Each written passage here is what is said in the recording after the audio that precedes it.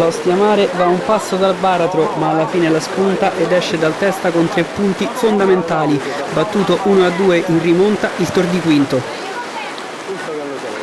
Nemmeno il tempo di mettersi comodi per godersi il match, che questo si complica e non poco per il biancoviola. Il lancio lungo dei padroni di casa prende di sorpresa i lidensi. Sulla palla si avventa Tredicini che la gestisce al meglio. Largo sulla sinistra, il 9 ignora l'inserimento del compagno e va da solo. Fa bene perché va in porta disegnato un arcobaleno stupendo nonostante la pioggia battente. Gol fantastico ed esultanza alla Ildiz per l'attaccante che prova a caricarsi i compagni sulle spalle.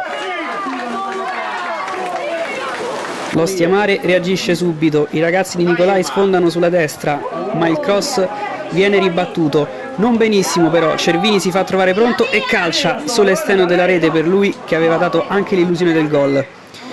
Biancoviola ancora pericolosi poco più avanti, Nobilia vince con caparbietà il pallone, poi va in avanti ancora da Cervini, servito da un rimpallo. Il 9 torna dal 10 che trova una grande conclusione ma di fronte anche un grande Colella, bravissimo il portiere ad opporsi.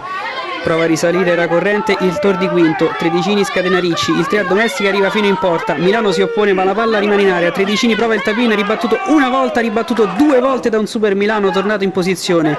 Nel secondo tempo il Tor di Quinto non mantiene gli stessi ritmi e i lidensi non se lo fanno ripetere. Caprasecca sfugge a Ricci, arriva sul fondo indisturbato e mette al centro, sul rimpallo la sfera schizza buona da Di Mascio che è perfetto, girata di prima e pari assicurato per l'Ostiamare.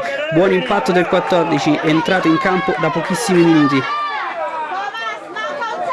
Ostiamare da subito vicinissimo al raddoppio con questa conclusione dalla distanza di Guido Baldi. Colella si oppone mandando sull'esterno, Cattani la tiene viva rimettendola in mezzo, Gaspari prova a ribadire rete senza riuscire a concludere. Il Tor di Quinto fatica e non poco, come su questa punizione battuta sulla sinistra.